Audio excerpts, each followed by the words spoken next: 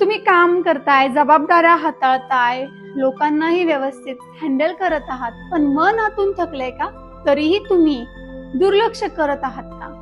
आणि स्वतःशी मान्य करायला हे जड जात. तर आज हा प्रश्न विचारा स्वतःला, आणि त्यासाठी मी तुम्हाला चौथ्या चक्राबद्दल सांगणार आहे. ते म्हणजे हृदय चक्र. त्यालाच अनाहत चक्र पण आपण म्हणतो.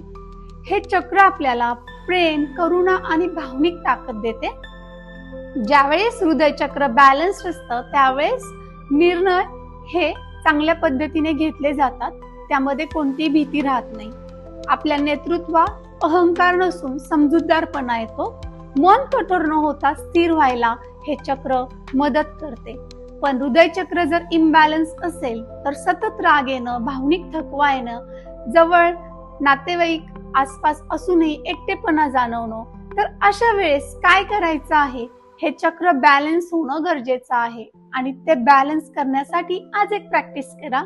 ती मी आज तुम्हाला सांगणार आहे की डोळे बंद करा, छातीवरती हात ठेवा व तुमच्या छातीत हिरवा प्रकाश पसरतो याची कल्पना करा. त्यावेळेस तुम्ही नक्की स्वतःला शांत, करुणामय आणि प्रभावीपणे नेतृत्व करताना तुमच्या आयुष्याचं पाहत आहात.